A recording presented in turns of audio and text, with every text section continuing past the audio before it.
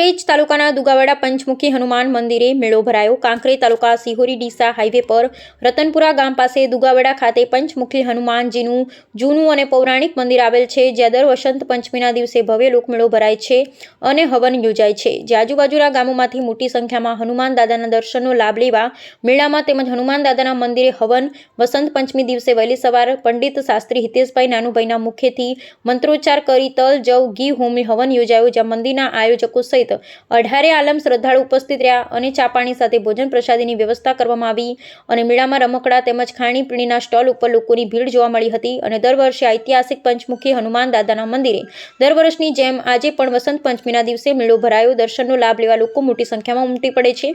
લોકોએ મોટી સંખ્યામાં દર્શનનો લાભ લઈ ધન્યતા અનુભવી હતી, જ્યાં દાતાઓ દ્વારા ભોજન પ્રસાદની વ્યવસ્થા કરવામાં આવે છે, જેનો ભક્તો લાભ લેતા હોય છે। અહેવાલ જયંતિભાઈ ઠક્કર, ન્યૂઝ 16 ગુજરાતી।